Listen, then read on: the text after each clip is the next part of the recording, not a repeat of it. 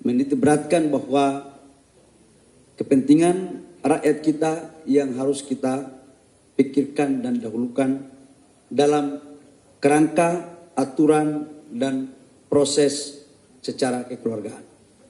Atas dasar itu, kami langsung menindaklanjuti rapat pada hari ini, karena kebetulan kami ditunjuk oleh Bapak Presiden untuk menyelesaikan berbagai dinamika yang ada di Rempang. Maka pertama saya sampaikan kepada publik, ini penting agar tidak lagi ada pemberitaan-pemberitaan yang mohon maaf simpang siur dan atau berita-berita yang sudah terjadi beberapa hari lalu juga masih ditayang oleh medsos-medsos. Saya harap kita harus semua berpikir baik, bijak, dan betul-betul dengan secara objektif. Bapak Ibu semua, sejak kejadian kami turun ke Kepri pada 1 minggu lalu dengan Pak Menteri ATR, Pak Mendagri, Pak Wakapolri dan saya sendiri masuk duduk bertemu dengan tokoh-tokoh masyarakat di Rempang. Saya datangi Pak Garisman sebagai tokoh yang dituakan. Saya sholat maghrib di sana, saya makan bersama di sana, tidak membawa ajudan, tidak membawa pejabat siapapun, dan saya duduk cerita dengan mereka secara keluarga. Dari situlah kemudian saya banyak mendapat masukan-masukan. Yang pertama, mereka tidak ingin untuk relokasi ke Pulau Galang. Yang kedua, mereka juga tidak ingin untuk kuburan leluhur datuk-datuk di sana digeser. Yang ketiga, mereka sangat menerima investasi. Sampai Pak Garisman menyampaikan kepada saya, kiamat 5 kali pun kampung kita ini, Pak Menteri, nggak maju kalau tidak ada investasi. Sebenarnya saudara-saudara kita di sana itu cukup punya respon yang positif. Tapi dilakukan dengan komunikasi yang baik. Yang keempat, mereka maunya digeser di kampung yang masih di Rempang. Apa yang terjadi? Yang kelima, mereka juga ingin untuk tidak hanya menjadi pekerja dari investasi, tapi mereka juga harus dirangkul untuk mereka menjadi pengusaha bagian daripada investasi. Dari semua yang mereka minta, yang dari 5 poin itu, saya dengarkan dan saya merenungkan, dan atas arahan tim, kemudian kita memutuskan. Yang pertama, relokasi ke Galang kita tiadakan. Artinya kita menyetujui aspirasi dari masyarakat. Dengan demikian kita geser ke Pulau Banon, Tanjung Banon. Tanjung Banon itu masih di Rempang, Pak Walia. Masih di Rempang, hanya 3 kilo. Mereka saudara-saudara kita ini semua sebagian besar pencarian laut. Jadi laut yang sama, hanya digeser aja.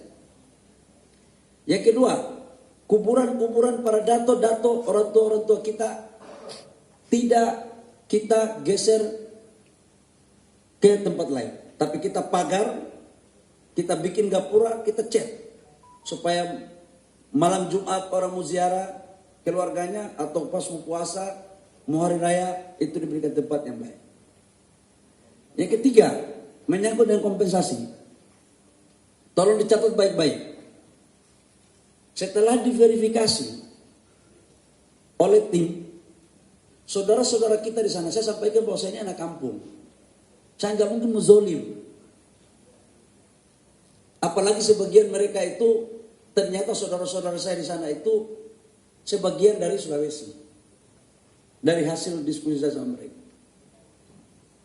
Jadi alas hak daripada tempat tinggal mereka yang sudah turun-temurun di sana itu ternyata belum ada. Saya juga kaget.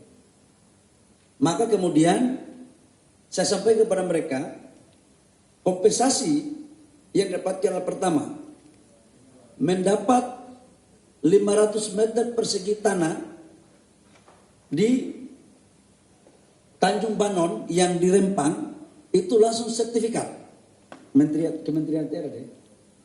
Sertifikat. Ini sertifikat itu bukan HGB, tapi sertifikat hak milik. Ini kebijakan langsung dari Bapak Presiden. Kasih sertifikat. Yang kedua, tanahnya, rumahnya dikasih tipe 45. Harganya 120 juta. Kemudian timbul pertanyaan dari rakyat. Bagaimana kalau rumah kami lebih 120 juta, contoh 500 juta. Maka oleh BP Batam memakai KJPP sebagai lembaga independen untuk menghitung. Kalau memang benar dia 500 juta, maka kita kasih 120 juta yang sudah diberikan, berarti kita tambah lagi 380 juta. Jadi nggak ada yang dirugikan ini. Ini tulis baik-baik, jangan sampai bikin opini atau pemberitaan yang di luar dari apa yang kami sampaikan. Yang ketiga, bagi saudara-saudara kami, setelah pergeseran yang di mana mereka punya tambak ikan, mereka punya tanaman, mereka punya perahu, itu pun dihitung dan dikompensasikan sesuai aturan yang berlaku.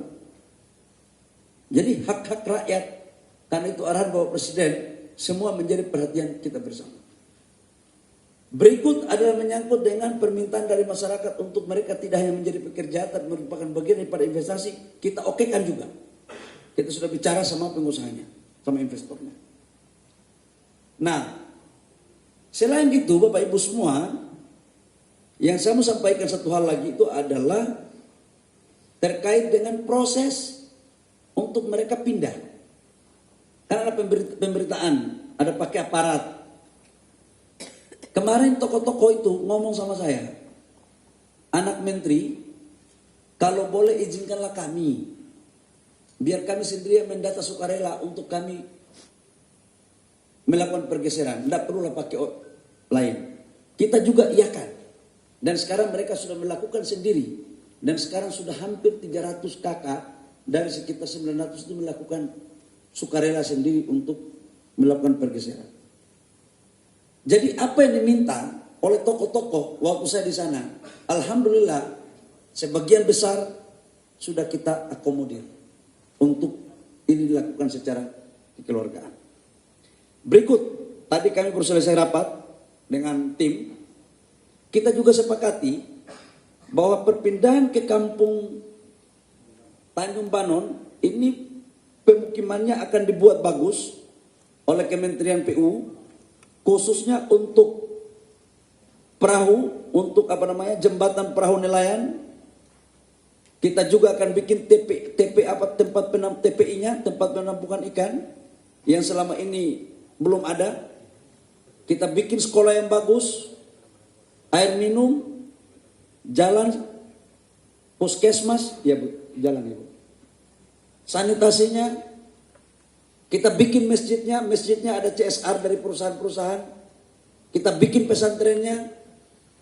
Jadi semuanya kita lakukan untuk kepentingan rakyat yang di sana. Yang berikut kami juga melakukan kunjungan ke sekolah-sekolah di sana waktu kami kemarin di sana. Jadi teman-teman semua, saya pikir itu beberapa poin penting. Dan tidak ada pemerintah menyesatkan rakyatnya. Apalagi ditarik-tarik ke persoalan-persoalan yang mohon maaf karena ini tahun politik jadi mau dibawa-bawa ke sana. Janganlah. Temuan saya sebagai tim, saya tahu siapa barang ini yang ikut main. Tapi yakinlah teman-teman bahwa tidak hanya dari dalam negeri. Saya tahu kok siapa yang di luar negeri. Marilah kita sadar kolektif. Setiap Kepri itu mau maju, setiap ada investasi besar, selalu saja ada yang menghalangi. Ada apa di balik ini semua? Jangan yang kita pertentangkan terus yang kemarin terjadi, tapi mari kita lihat bangsa ini secara baik. Ini sebagai renungan kita semua dan teman-teman media bisa mencerna itu dengan baik. Yang jelas menyangkut waktu juga. Apakah sampai tanggal 28 September? Tidak. Kita kasih waktu lebih dari itu. Tapi kita juga harus ada batasan. Kita cari titik tengahnya yang baik. Supaya saudara-saudara kita ini bisa bergeser dengan baik. Tapi juga usahanya dari para investor bisa kita lakukan juga sesuai dengan apa yang menjadi perencanaan. Nah, menyangkut dengan mereka pada saat bergeser rumahnya belum jadi, itu dapat 1.200.000 per orang.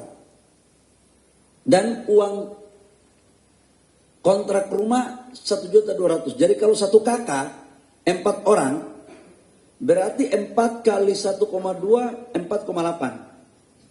4.800.000. Sudah di atas upah UMR. Terus ditambah lagi satu kakak 1.200.000. Jadi sebenarnya 6 juta plus uang sewa rumah. Nah, menyangkut dengan rumah, kita serahkan kepada mereka. Kalau mereka mau cari sendiri untuk sementara, silakan. Tapi kalau BP Batam yang akan disuruh, itu juga boleh. Atau mereka mau tinggal di rumah keluarga, boleh juga. Berapa lama kira-kira proses ini sampai dengan rumah mereka jadi?